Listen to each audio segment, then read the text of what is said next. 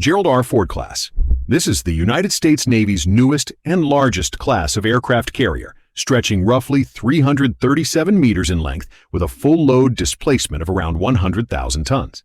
The lead ship, USS Gerald R. Ford, entered service in 2017, becoming the first carrier in decades designed completely from scratch rather than evolving from an older hull. What sets it apart is its move away from steam catapults toward an electromagnetic aircraft launch system, paired with advanced arresting gear for smoother aircraft operations. It matters because it represents the current peak of carrier engineering, carrying more than 75 aircraft and setting the template that future American carriers will follow for the next several decades. Nimitz class. This is the carrier class that served as the backbone of American naval power for nearly 50 years before the Ford class took over as the newest design. The first ship was commissioned in 1975, with the 10th and final vessel, USS George H.W. Bush, commissioned in 2009, making it one of the longest production runs of any warship class in history.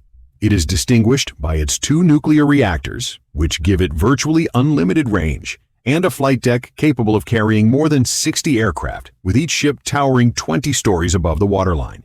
Its importance comes from sheer endurance, having anchored American carrier strike groups through every major conflict and crisis since the Cold War. Fujian. This is China's third and most advanced aircraft carrier, representing the country's first fully domestically designed vessel of its kind.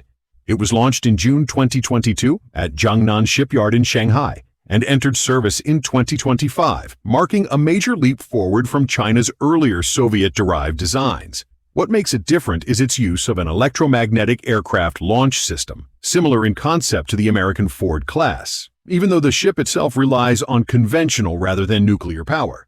Its significance lies in how dramatically it closes the technological gap between China's Navy and the world's most advanced carrier fleets.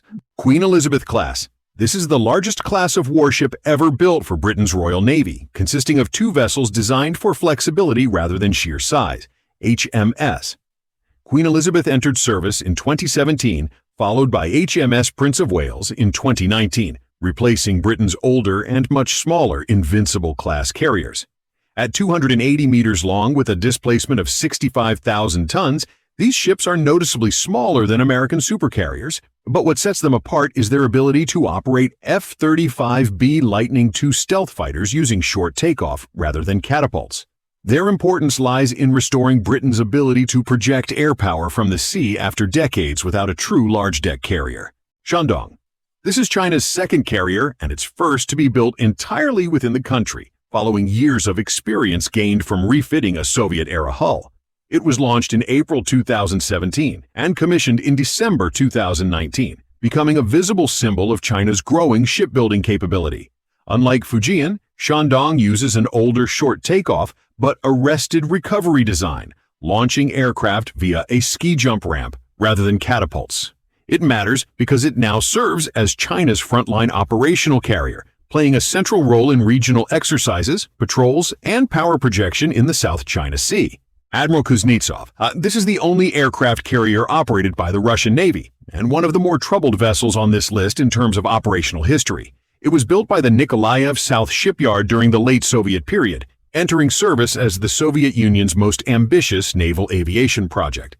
With a full load displacement of 58,500 tons, it differs from most other carriers on this list by combining a ski jump launch system with an unusually heavy array of anti-ship cruise missiles built directly into the hull.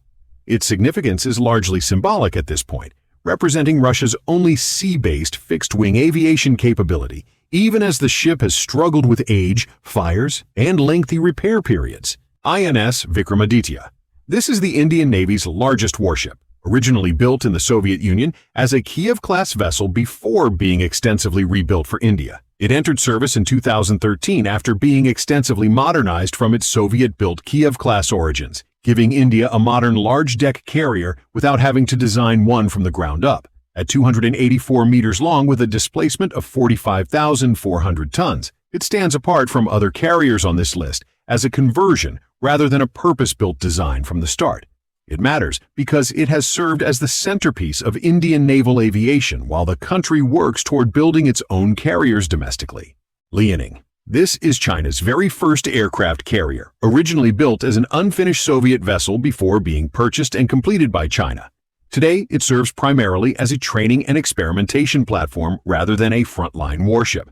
What makes it historically important is that, despite its limited combat role now, it was crucial for China's carrier development program, providing the blueprint and experience necessary for building Shandong and Fujian. It remains a meaningful vessel because it marked the starting point of China's transformation into a true carrier-operating navy. Charles de Gaulle. This is France's only aircraft carrier and the sole nuclear-powered carrier operated by any navy outside the United States. It has been in service since 2001, serving as the flagship of the French Navy after a long and difficult construction process that stretched across more than a decade. Measuring 261.5 meters long and displacing around 42,500 tons, it is considerably smaller than American or even British carriers, but its nuclear propulsion sets it apart from every other European carrier in service. Its importance comes from giving France an independent, long-range strike capability that very few nations in the world can match.